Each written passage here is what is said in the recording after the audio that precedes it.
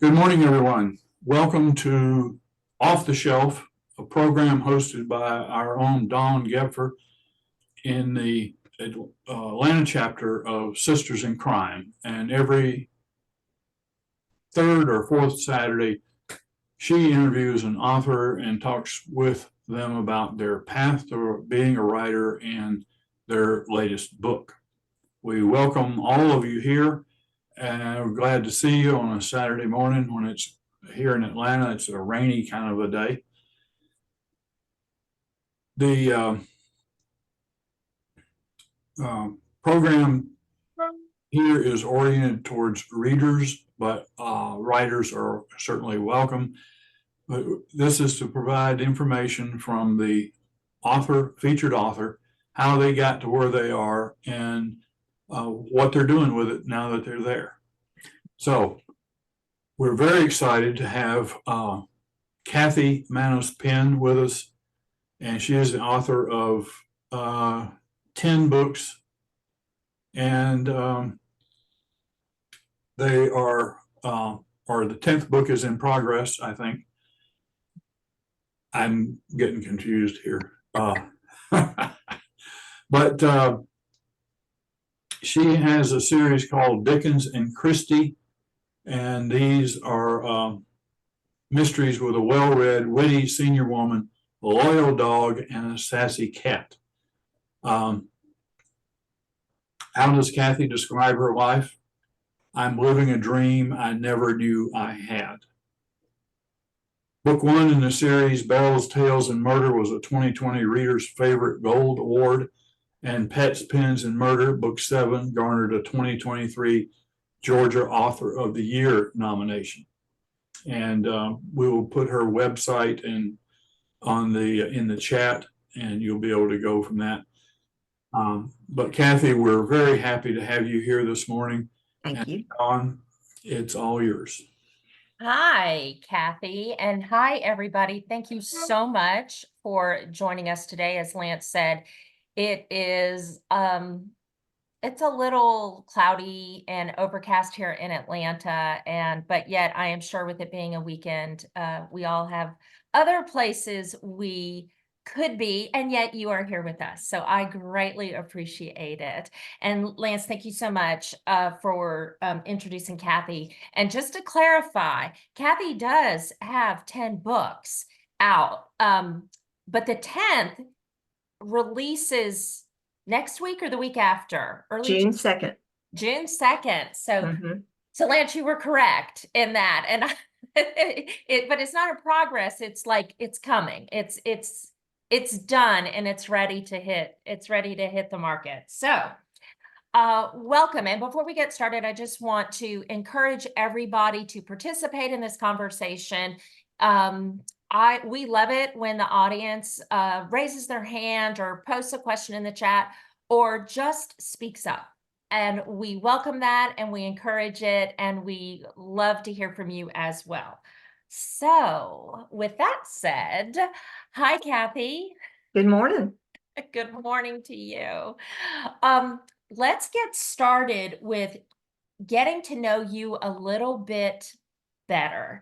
And I call this part of the conversation your backstory. So what I'm looking for is, who is Kathy Manos Penn aside from what we could read about on the book jacket, your bio on the book jacket? Tell us about you. That would be, who is Kathy Manos Penn way before 2020 when she put out a book?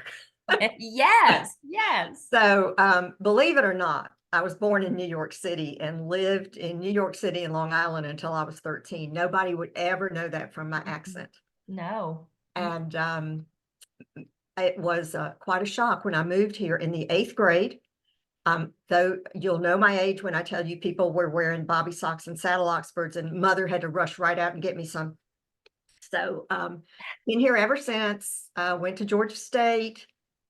I was briefly an English teacher, a high school English teacher, 4 years, and that was in ancient times when you had to get a master's to keep your job. So I got my master's and then I left. So went to work 32 years at a bank. And if you've ever heard me speak, you know, I always say they never let me near the money. They discovered I could write. You know, I thought what they did was rocket science with numbers and spreadsheets. They discovered I could write. Every job I ever had, I ended up writing. So I was in human resources. I designed training courses, moved on and did speeches, presentations, all that kind of stuff. I mean, it was fun. I got to do what I loved. But along the way, I stumbled into writing, you know, after that. I'm also, this is probably somewhere in my bio, I'm married. I live in Dunwoody. We have only 4-legged children. So, and they do inspire the characters in my books, a dog and a cat. So any questions about that? And I'm Greek. That's why Manos is important to me in the middle part of my name. And my father once started a book. So he was gone before he ever knew about my writing. Oh, okay. Well, I'm definitely going to ask you about that. But before I ask you about that, I do want to go back. So you at some point you majored in English, and was that with the intention of being a high school or a teacher, not necessarily high school, but a teacher? Oh, well, here's the thing. I've always been an avid reader. And I was the student in high school that had their novel tucked in their textbook on the desk. And that's when I got into, particularly in high school, I became an Anglophile. So I was reading all those Anya Seton books and, you know, Henry VIII and his wives and all that kind of stuff. And I thought, well, I started majoring in business. That lasted about 1 quarter. And I said, I hate this and I love to read. I'm just going to major in English. And of course, what was I going to do with it when I got out? Yeah. You know, so that's why I became a teacher. But I decided I didn't want to do that my whole life. You know, a little bit too much of, I don't know if y'all know anything about Dunwoody, but when the Dunwoody parents come in and go, well, you know, we just can't control little Johnny. We hoped you could. And I was like, I can't do this for life. So I became a secretary, then I became and moved up in the bank. So that worked. What I think is interesting about what you shared with us is that you started out as a business major and then you decided, no, this isn't really, you know, I'm not interested enough in this to like do it for 4 years. So I'm going to do what I do. I'm going to go in the direction of what I do enjoy, which is reading, literature, English, writing, all that. And yet what happened is you ended up in business after all. Yeah.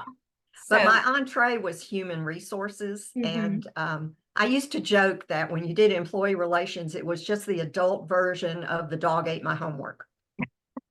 Which you had a lot of experience in. Yes, well, that didn't change in 32 years, even when I wasn't in human resources. I do think that's fascinating. And I'm also like curious when you made that decision to change careers, not just because you kind of did it in a stepping stone. You first went and worked in the front office and then you pursued. So at the same time, though, leaving what you knew career-wise and going into banking, how did that happen? Like, how did that door open for you? Well, when I was in college, I worked, you know, I had a part-time job, and it was in a firm that was an executive recruiting firm. And so I still had connections with them. And when I decided to leave teaching, it turned out that somebody that was opening a firm in Atlanta had contacted my old employers about a secretary. And I get this call out of the blue, and he hired me, and I worked for him for like 2 years. Loved that before he went out of business. And I was sitting at home when he called and said, okay, I've got this. Some of our old banking clients are looking for somebody. It's just funny how things happen. Were they looking for someone for human resources, or were they just looking for like an administrative? They were looking for an administrative assistant in human resources in their executive search function. Yes. So, got it. Okay. 6 months after that, I was a supervisor, and I was like, oh my God. Well, I love human resources and considered studying it, but nowadays you really have to have like a background in human resources in order to work in human resources. But back in the day, when there was a window of opportunity, you could step into it, and Oh, without yeah. having the SHRM qualifications and all that. When So I left human resources after 17 years, still at the bank, it really was because they were hiring people with doctorates. And I was like, okay, I'm not going to go anywhere in this department yeah. anymore. So after 17 years, what did you do? Where'd you transition into? Oh, goodness. Process design. And then I wound up in project management. Not that I know anything about projects, but it was, we called it change, adoption, and communication. How to communicate so that people will accept the changes that are happening inside the bank. Mm. So I did that for the next ever how long. And, it's just funny the things you do when you've been in human resources, coaching, executive coaching, Mhm. whether it's your title or not. Yes. Yeah. So that is fascinating. So at some point you decide, okay, I've lived this business working life. It's time to leave the bank, retire. Tell us about that. Was it easy to Well, make a decision to retire? before I retired, and it wasn't my decision, but it worked. Before I retired, I had moved out here to Dunwoody from Virginia Highlands. And when I moved out here, the small local paper, the Dunwoody Crier, was really my lifeline about, oh my God, they have library sales. I've never been to one of those, or this is the new restaurant, yada, yada. Mhm. And I've been here a few years when they wrote an article about how essentially they were struggling and they needed community support. And I was like, oh, what would I do without them?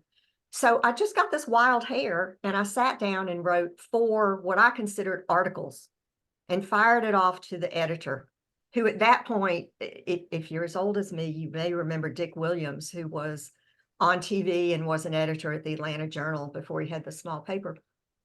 And eventually he wrote me back and said, come in. And he said, I'd like you to be a columnist. And I was like, a columnist? No, well, oh, maybe. And he said, and I want you to write once a week. And I went, you don't get it. I work in corporate America. 40 to 60 hours a week doesn't allow for. And so I said, I'll write once a month. And I loved it. And I started writing every week. And I loved it so much, I started writing blogs. And I was just having a merry old time doing all that. And they decided to close my 200-person department. And that was in, I think it was the fall of 2016, whatever it was. I thought, well, okay, I could retire. I was going to be, no, I'm not going to tell you how old I was going to be, but I knew I could retire.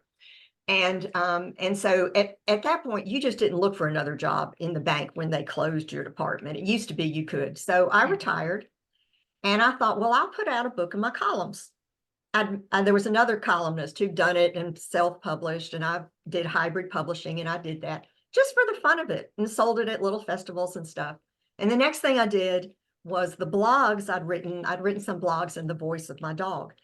And my boss at the bank, who got retired when I did, said, these are hysterical. You should make them into a book. So I did, and that was fun too. And I sold them at festivals, and, it wasn't to make money. It was just something fun to do. And I decided I was not going to do the hybrid publishing route anymore. And maybe I'd put out another little dog book. I had plenty of dog material. And ran into a woman. I wanted somebody to teach me how to format, yada, yada. Long story short, she gave me some writing prompts. She got to know me and she said, you should write a cozy mystery. And I was like, what? What do I know about plots? And what's a cozy mystery? Because I was an avid mystery reader, but I don't think I'd heard that term. Right. And before you know it, I wrote a cozy mystery. And again, I just went, well, what else do I have to do? I'm retired. Okay, but what was it about your interaction that made her say that, of all things, I get suggesting you write a book, but she was so specific. She talked to me long enough to know that I was a huge Anglophile. that I loved mysteries. And Mhm. she read a sample of the little dog book. In fact, what she said to me quite honestly and constructively was, Kathy, I can teach you how to format this. I can help you learn how to market it, but it's really not going to go anywhere. You know, it's just, and I went, okay, well, that's good to know. And I think it was that. And she said, and the cozy mystery should be set in England because you love England. And I was like, okay, fine. And you could have a cat and a dog. And I was like, okay, fine. And I'm the one who said, oh, but they'll have to talk. And she's like, well, okay. Hey, yeah, you got to Yeah. have a quirk, right? Yeah. And she Um, coached me. I mean, mhm, I hired her as my consultant for mhm, several months. mhm. So it was really just you being an avid mystery reader that made her say, like, it wasn't like you guys were talking about something and you said, No, "Oh, I was watching this TV show, and instead of that being the killer, it should have been this killer." It not wasn't, a bit. not a Not a bit, bit.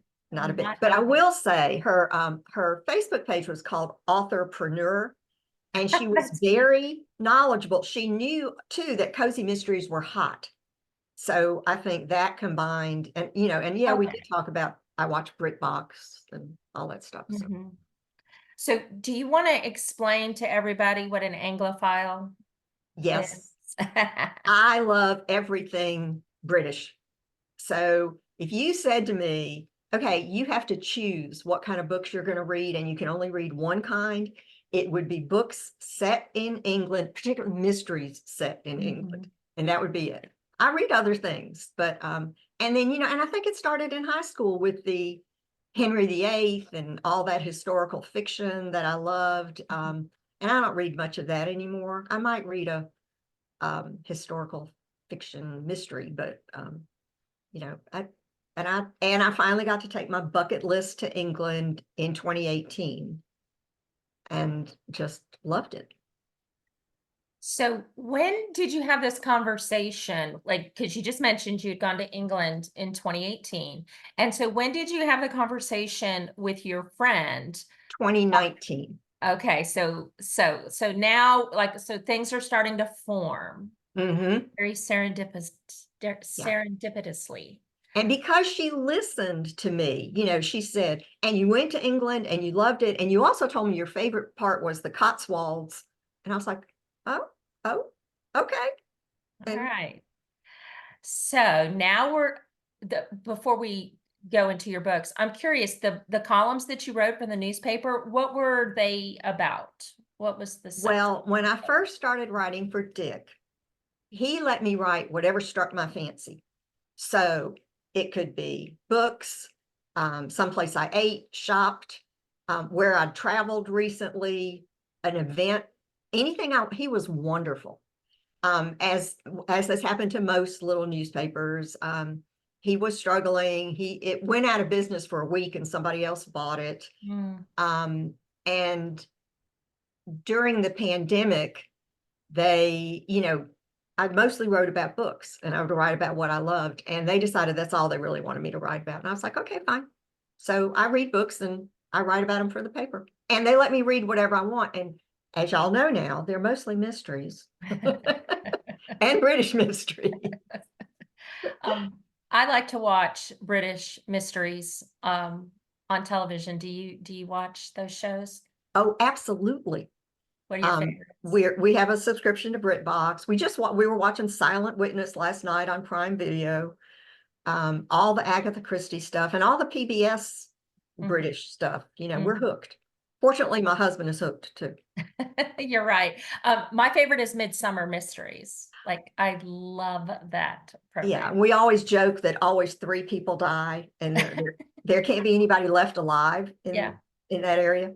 There's a yeah, I know. It's sort of like when Murder, She Wrote. We're like, how many people can be in this little Cabot Cove? Right. And they die off so much so quickly. But yeah, there's definitely a formula to Hmm. those mysteries. Yes. But they've been around for a long time, so they must be doing something right. Right. And they've hooked me. I do enjoy it. Okay, so let's get started. So your friend plants this seed, and how did you go about it? Did you just like sit down, start writing, or? start Well, researching? I said, well, I've got to learn something about this. Mm-hmm. So I picked up some books. She suggested a few. There's quite a few books out there on how to write a cozy mystery and books on, plotting and the, 4-act structures and yada, yada, yada. And I remember she asked me to send her, where I was, and I sent her something and she said, Kathy, this is great, but you got to have a dead body by page 50. I was like, oh, okay. Well, so I had to go back and do the murder more quickly. And, I just did it. And again, I thought, well, I don't have anything to lose. I always said, well, I could be playing golf and spending money on that. And you don't, I've never played golf, or tennis, don't know. And I said, so I'll just, throw a little money at publishing books and, she did my covers. So. So, And in the middle of the first book, I'm writing it. I'm so proud of myself. And she said, oh, by the way, Kathy, you have to write a second one. And I was like, what are you talking about? And she said, cozy mystery readers don't really want to read the first one until they know there's several more. It's like, oh, okay. So I did. they definitely do like having a series to read. Absolutely. Yeah. So, okay. So where did you come up with, how did your story come to you? As you said, your friend's like, hey, you got to have a dead body. I mean, I'm guessing that you were eventually getting there, but you had to have an idea of like what the mystery was going to be, Yeah. And the character, because I was yeah. creating a character Yeah. for the first time. Well, they do say, write what you know. Mhm. So I say that my main character is a younger, more accomplished version of me.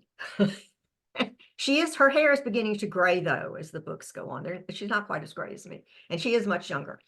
And she also told me that she needed to be single or a widow.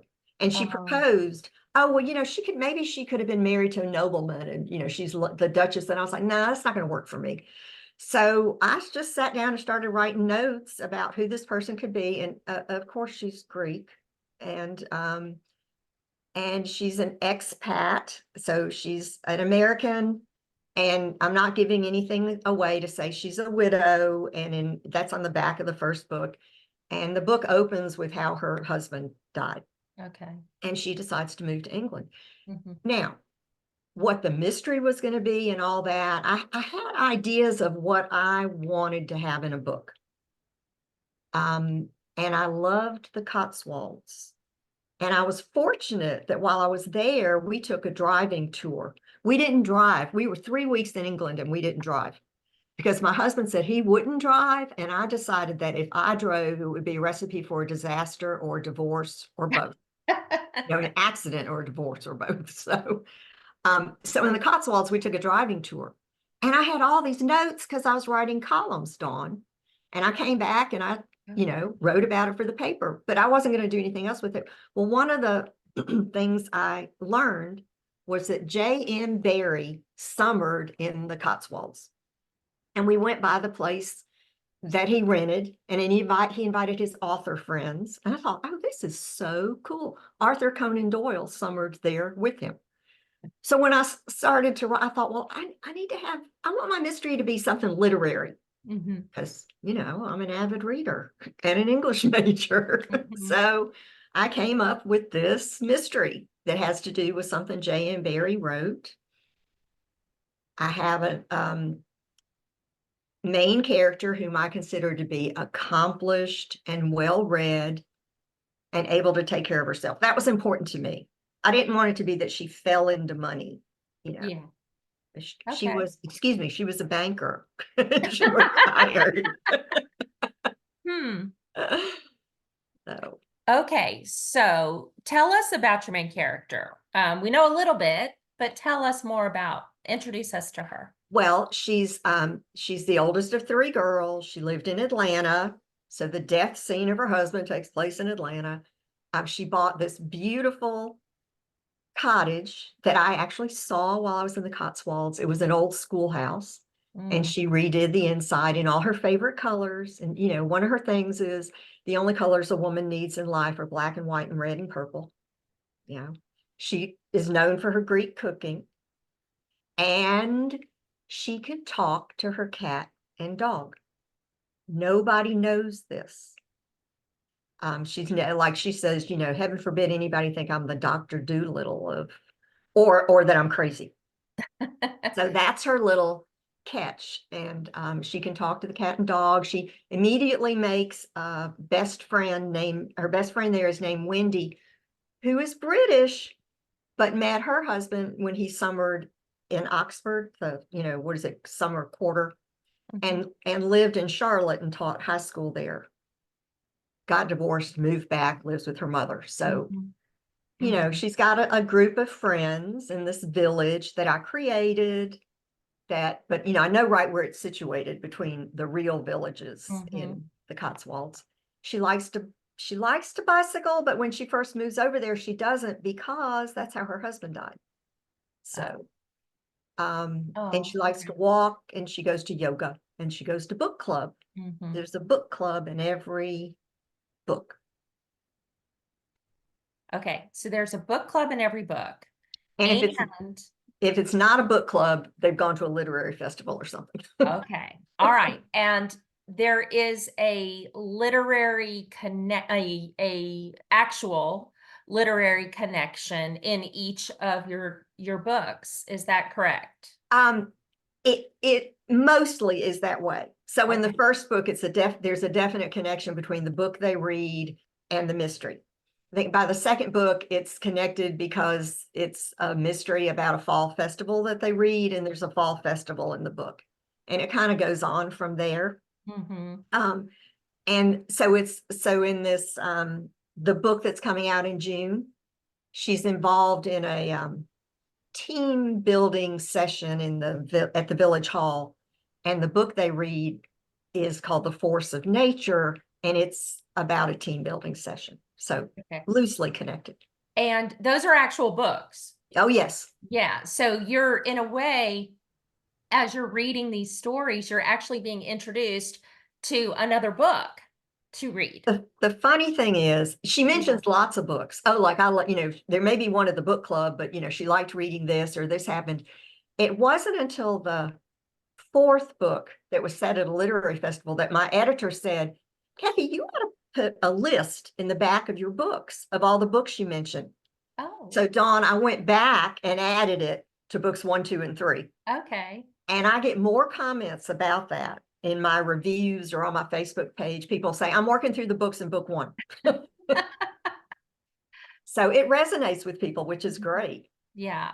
Well, I had, I read the synopsis of your books, and I know that I knew about the J.M. Barrie connection, and I've already shared this with you. I went and put it in my cart. It's in my cart, waiting for me to hit purchase. And I did the Sherlockian.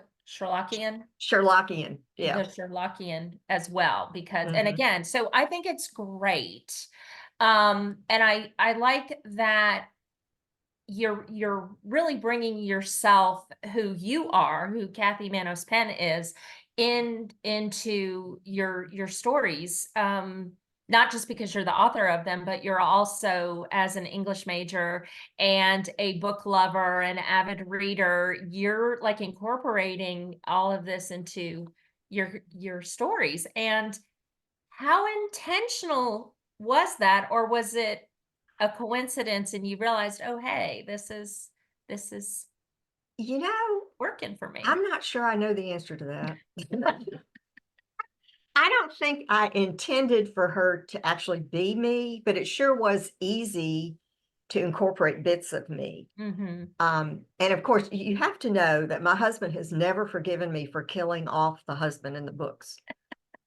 And as the books evolve, there's some romance, and he's like, he hates the man in the books. It's funny because I've been told I need to start another series, and I'm not really sure I want to do that. And one of the comments I made was, how am I going to write another series? Because the first one's all about me. I don't know if I can make up a person. Right. Right. I don't know. But now she's not completely me, like I said, but a lot of it. So I'm curious, and maybe this is a question for all of the authors that are joining us today. Why is it important, or why was it necessary for her to be single? It's just one of the tropes in cozy mysteries that, and Sharon can probably tell you that. I know, and Deb's on the line too. It's, they typically are single or widowed or divorced. There's some reason. And, some of them are younger and have never been, some of the characters are younger and have never been married. And I really don't think I could write a younger character. Because I don't have children and grandchildren, I don't have a lot of friends that are in their 30s. I'm not sure I could do the language. True that. True of that. Okay, so let's talk about these animals that talk to your and what is your character's name? Lita, and it's her full name is Alita, and who was the goddess of truth Okay. in Greek mythology. Okay. So her name is Lita Petkus Parker. Got to get the Greek in there. Yes, for sure. And I like that. I didn't know about the Alita. Of course I knew her name was Lita, but I didn't realize. Yeah. And where what was the inspiration behind her name? Well, I wanted her to have a Greek name.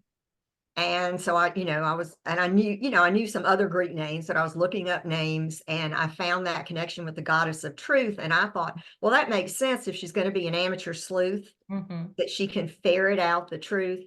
Now, I have to tell you that both my brothers-in-law told me I was wrong, that Lita was a swan in Greek mythology. One of my brothers-in-law is Greek. The other one is British. So I had to find the connection and send it to them and say, excuse me, I know Lita was a swan that's spelled differently, but Alita is the goddess of truth. It's like, okay. Good for you. Good for you. Okay, so tell us about the Dickens and Christie, those characters, important characters, and why and how they talk with Lita. Okay. Well, first I named them Dickens and Christie because they're after authors. And believe it or not, Dickens did write a mystery. It was a mystery of Edwin Drood that he never did finish, that play. But I wanted them to talk because I enjoyed writing the dog dialogue in the little dog book I did. And there are paranormal cozy mysteries. I would never be able to write one of those. Some people might think this is paranormal because the animals talk, but I don't think I could do witches and shapeshifters and that kind of stuff. Not that they're not good books, but it's just not my thing. And I just thought it would be an entertaining work. Again, because people do like paranormal, I thought I could get away with it. And I also have a lot of reviews that say, I didn't think I was going to like this because of the talking animals, but it just seems so natural. So, the cat talks about my food. You need to fluff the food in my dish, and I'm hungry now. And the dog is just lovable. And they're inspired by the personalities of my own pets. Lovable, loyal dog, sassy, demanding cat. But they do occasionally offer clues and hints, not always, but a lot of the times that she wouldn't have seen. And that was one thing I was curious about, because an animal can get away with being somewhere they shouldn't be, like if there's two men having a private conversation and a dog walks by, there's no hesitation like, oh, I gotta be quiet, there's somebody that can hear us. Right. So I didn't know if there was if she uses them to help her discover things and learn things. She doesn't intentionally use them. And there are it's not until later in some of the books that the animal might offer up, well, the guy with the earring, they were out back, and something like that. But and again, not because they think they're helping, they're just conversing. Can she hear other animals or just hers? She can hear other cats and dogs.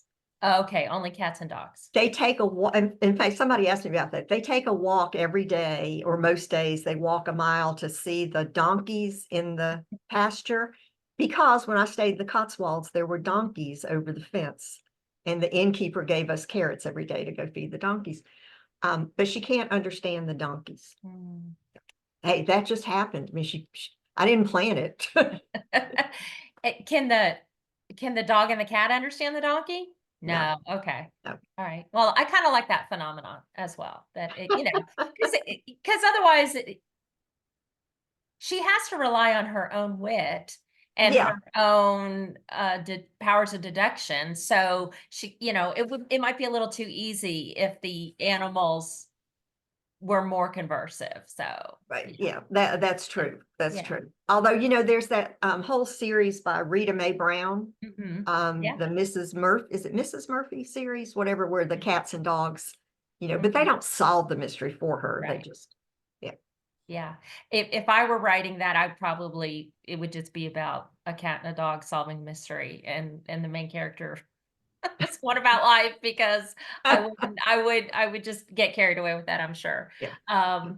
Kathy, So question for you. Do you get opposing points of view of the same event from the dog and the cat? oh, um, good question. there's opposing points of view about whether they like some of the characters Okay. from the dog and the cat. Oh, good, Um, good. Okay. Who's usually right? The dog or the cat um, regarding someone's character? Well, I'll tell you, the cat initially does not like the romance that starts to develop. She Oh. doesn't like the man. And the dog likes him because, hey, he's just a nice guy. Mhm. And the cat's That's my like, head. Yeah. cat's like, he's not like Henry. Henry was her husband. Mhm. Or the cat likes the guy that she ends up riding bicycles with. That's just a friend. So Mhm. it's not there's not, other than that, there's not usually a right or wrong. It's just a different attitude. Mhm. I just had an epiphany of sorts. So you are one of three. You have two siblings. And so in a way, this is Lita and her siblings too, because think about when you were growing up with your siblings, and one of them might have liked somebody and someone didn't, and there was this bicker and banter Yeah. that was going along. So Yeah. in a way, this is part of that. Her family is now these. It's definitely her family, because she Yeah. doesn't have any children either. Mhm. And she married later in life, and All right. So you had mentioned that your dad had started writing a book. he What do you, did. what do you know about that?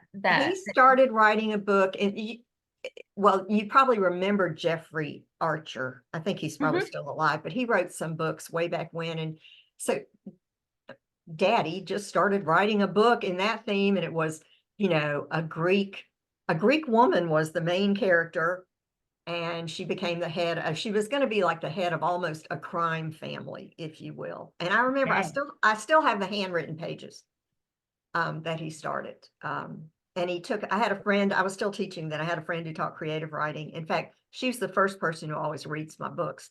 But I've got her notes on Daddy's pages and stuff like that.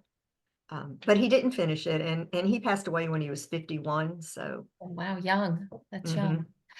young. Any thought at all about maybe picking up the pen and trying to finish that for him? I have occasionally looked at it, but it is so not my style, you know. And maybe I'm lazy. It would require a lot of research. In fact, because I've visited Greece several times, somebody said, "Oh, you should write a mystery set in Greece, or you should." I'm like, "Do you know how much research I would have to do to write a mystery set in Greece?" Well, speaking of research, it seems like you would need to do a lot of research for your stories. I do. And particularly going to England. Well, I'm really You need an fortunate. assistant to go with you? Hmm? Do you need an assistant to go with you next time? Yes, I do. I do. You know, I went last year, I went to the Lake District without my husband because he'd had surgery on his Achilles tendon and really couldn't go. And he was like, okay, I know you really want to go, so you can go without me. I don't think he's gonna let me do that again. You know, it's like, but I was so fortunate that I spent the 3 weeks there and had all these notes because yes, you can write about a place without visiting it, but it just informs it for me. So the second book, they visit Dartmouth and they visit Agatha Christie's summer home.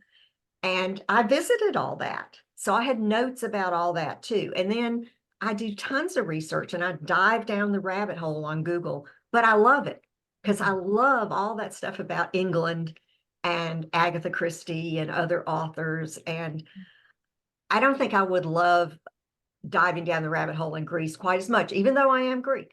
You know, I just don't think I would enjoy it quite as much. And the whole language issue. Yeah, well, you know, maybe someday though.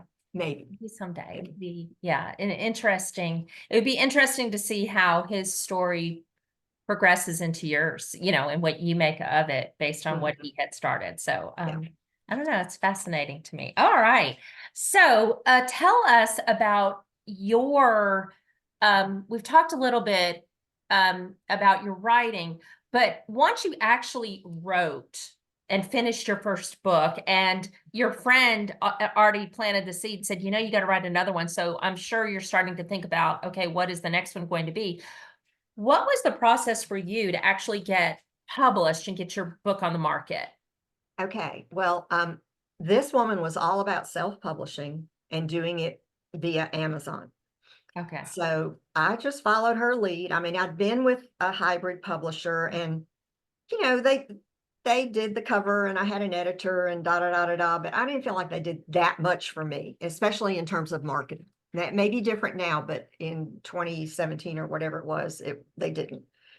And so she taught me how to, I didn't format, and she did the cover, but she showed me how to load things to Amazon, and then she taught me how to do Amazon ads. And I did hire an editor. And actually, I hired an editor that somebody who used to be a member of this chapter suggested to me. What's her name? Julia McDermott. Oh, yeah.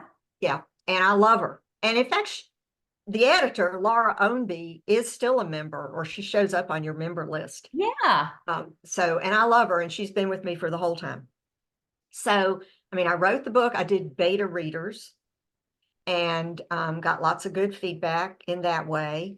Then I sent it to Laura, got lots of good feedback, and trust me, I got much more feedback in the early books than I do now. Laura's, you know, I mean, I've learned a lot.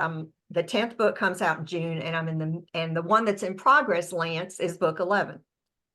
So, and then I learned the hard way that in addition to that, I needed a proofreader. So I now have a proofreader, albeit I'm getting feedback now from my advanced readers on book 10, and they found things that the proofreader didn't find either. One girl wrote me today, and they're little tiny things, but I said, can you believe, I wrote her back, I said, can you believe I paid an editor and a proofreader? But, you know. The only way you're gonna find all of them is go ahead and publish it. Yes. Right. And then people will tell you, right? Yeah. The good news about doing the advanced readers is I can get enough in that I can, you know, before I put it out there on June, I have to have it out on Amazon on May 29th. So I'll get a little bit more and get that done. But that's how I did. I mean, I just uploaded it and published it, and I've learned how to do the marketing, and also then I would say, as far as the second book and the third and the fourth, I usually begin to get ideas as I'm writing one book. I begin to get ideas for the next one. But I don't outline, which I might be a little bit faster if I outlined, but I just don't have it in me.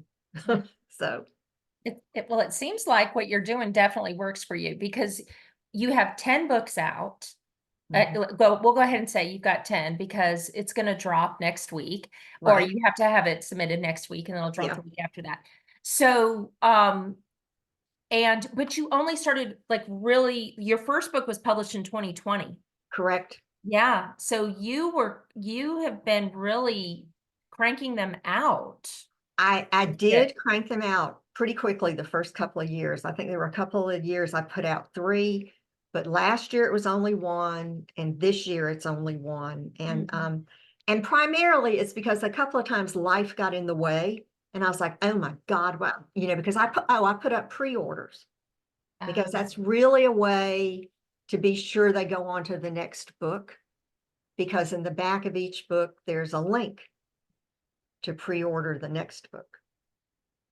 Very clever, smart.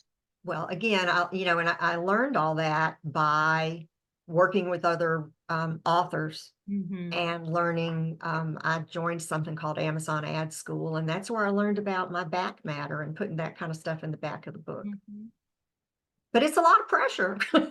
You've got to have a pre-order up when you haven't written the book yet. Right. And it's almost a guarantee that the story's going, because someone said you needed to write another series. Well, there's always something moving forward with the one you're currently writing. So Yeah.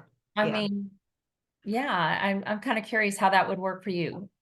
Well, I have a feeling that book 12 may be the last one for this series. It could be a logical end, and I would have an option to go on, but part of that is the character arc.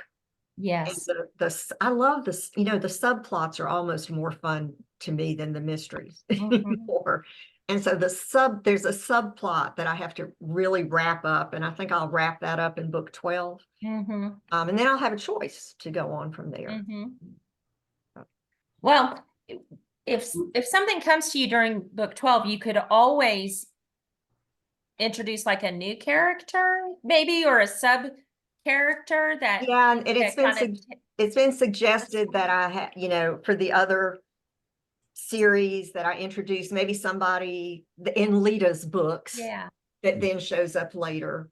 So, but I think one of the things, albeit there were so many doubting Thomases about the talking animals, one of the things my readers love are the talking animals. So I feel like I have to have somebody else who can talk to the animals.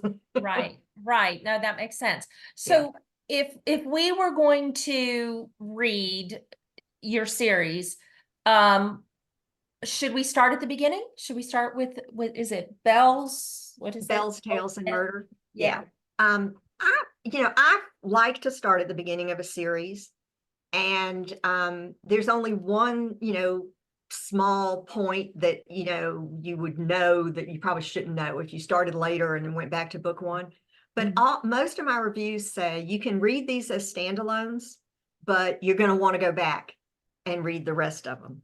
And haven't you done that? You picked up a book in the middle of the series and went back. And I've done that any number of times, and you're going, oh, okay, that's why this. The first Karen Slaughter I read was I just picked, it sounded good, I picked it up, and I was going on a trip, and I read it. It was just a little weekend trip, but I read that thing the whole weekend. And I said, has she written anything? I was like, has she written anything else? And I found out that this was like the 3rd or 4th of her Grant County series. And I literally went to the bookstore and bought the previous novels. And I loved that series. Went through them very, very quickly. So, all right. Well, believe it or not, it has been an hour, but we are very close to our hour, which is shocking because I feel like we still haven't even talked about some of the things I wanted to definitely bring up. But I do have a question for you, and I warned you about this in advance. Okay. As a English major and previously a teacher and an avid reader, what author or book is a top of your list recommendation for people? Okay. Now, I'm not sure it has anything to do with me having been an English teacher. I just reread, they always show up backwards and you do this, right? Though I just reread The Echo of Old Books. I never reread books, but the reason I read it again was somebody read my newspaper column and asked me if I would come lead a discussion of the book at their book club meeting, and I was like, well, I guess I'll have to read it again. It's been a year. So, and I mean, I'm overwhelmed again. And it's the first book I ever wrote about it. And I said, I had a hangover. I had a book hangover, and I've got it again. So I just think it's very well written, and it moves back and forth between the 1940s and the 1980s. So, but I have the stack of library books on my desk right here. So, as far as favorite authors, though, I like Jacqueline Winspear. And I reference her Maisie Dobbs books in my series. In fact, her way of mapping out clues, it's like a mind map. They use that. My characters use that in their books. And her very last in her Maisie Dobbs series comes out, I think, in another month. There's maybe 18 books in her Oh, series. wow. Wow. And I didn't realize again, that many. Wow. yeah. And she said it was a logical, it starts World War I, pre and post World War I, and now she's all the way to World War II. And she said it was the way it needed to end. So these are not necessarily, great literary authors, but I also like Anthony Horowitz. He wrote Foyle's War for TV, but he has several series. He picked up the Sherlock series. They let him do that. The family let him do that. And then he has a modern series where he's a character in the book, a modern mystery. So Ellie Griffiths, again, a favorite, but they're all set in England, and you figure that out. Yes, we do. Yes. We didn't talk about, and I want to definitely bring this up, Astonbury. What? Astonbury. Oh, okay. You That's my fictional created village. A village. Tell us about creating a village. Well, when I stayed in the Cotswolds, I stayed in a small village called Cold Aston. And it was situated so that you could easily go to Burton on the Water, which is called the Little Venice in England, or Stow on the Wold, which was another place I visited. And but it didn't have, the only thing it had in it besides our inn was a pub. And I wanted my village to have a little bookshop and a yoga studio and a tea room and a village green. So Aston, I came up with Astonbury. And I have a map on my website. You'll find a map of, and I think you posted it, Dawn. And so you can see where the village is relative to Stow on the Wold and Burton on the Water and Cheltenham, which is very important because you have to know where the accident and emergency room is at the hospital, because sometimes in these confrontations, Lita has to go to the hospital. But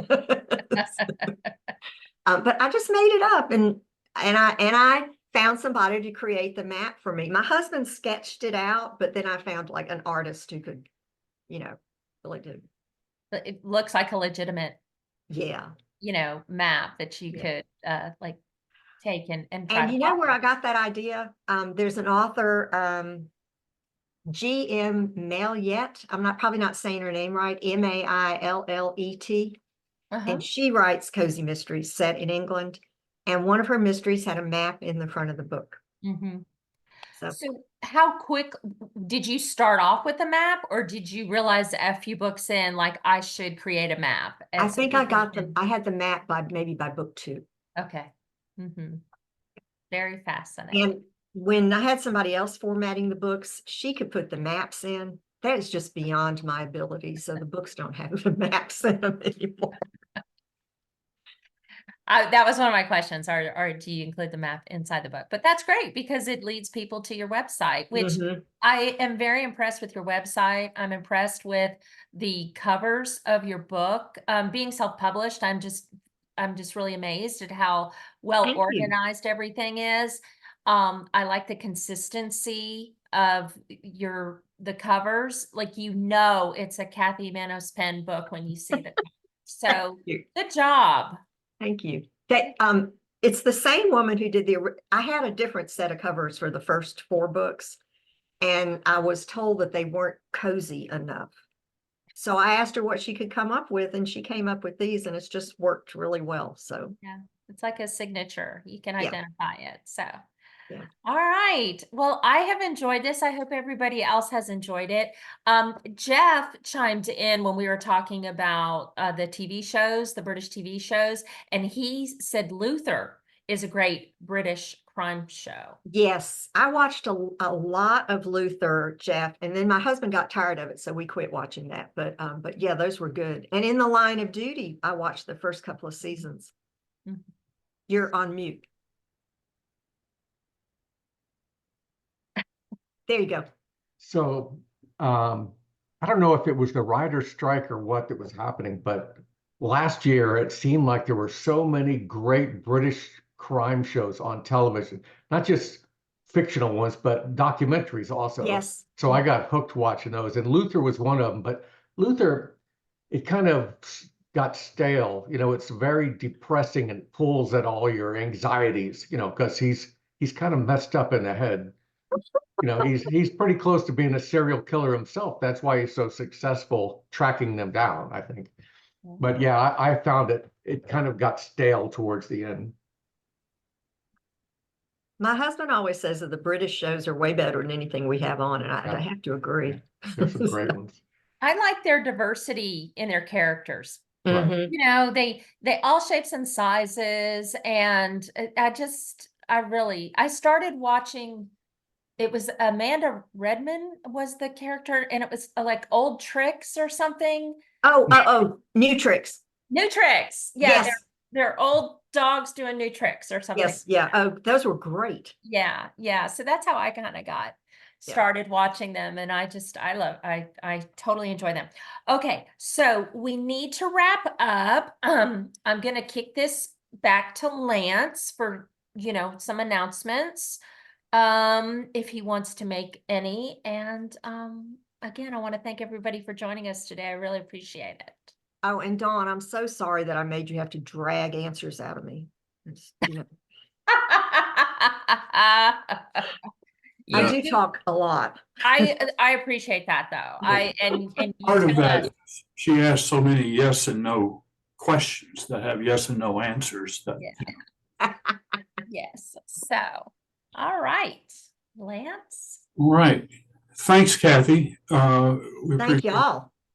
appearing here and entertaining and enlightening us with your writer's path and the books you have written. To Nancy and Noella, we're glad you joined us today and hope you'll come back for this and other events from Sisters in Crime Atlanta chapter. Just a reminder, coming up on the 1st of June is Reader Rendezvous. It's 10 o'clock in the morning. It's on Zoom, and it's open to anyone who reads crime and would like to talk about what they're reading and why they like it. That's hosted by Edie Peterson and Charlie Burton. Then on the 8th of June, the chapter is having its annual lunch meeting. We're about to nail down the venue for that, but it will have free parking. I can tell you that for sure. And Requirement. to get to, it's not downtown. And again, coming up, you're going to be on the 4th Saturday in June. It's June 22nd. Yeah, that's the in 4th June. Saturday. Okay. Mhm. Another off the shelf comes flying in. Yeah. And, I can real quick. Our author is Elizabeth Crowens. She has a series that actually sounds pretty interesting. It's the Time Traveler Professor Alternate History series. Ooh. She has 3 books in that series, but she has recently published a new series. She's starting a new series, and it's going to be the Golden Age Mystery Series, and it's going to have the glamour of old Hollywood and some recognizable characters. So I'm super excited about it. Sounds great. Well, hope the rest of your weekend goes well, and we'll hope to see you soon at another Sisters in Crime Atlanta event. Yeah, and please, Thank you, Kathy. Yeah, please, everybody, check out our website, sistersincrimeatlanta.com, and that has information for all the programs and that we've got going on that Lance just mentioned. And this recording of this program will be available shortly on the website and on the YouTube channel. So, goodbye, everybody. Bye. Thanks. Have a great rest of your Saturday. Good weekend.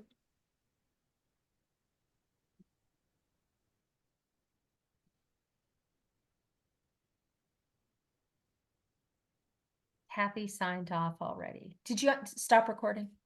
No.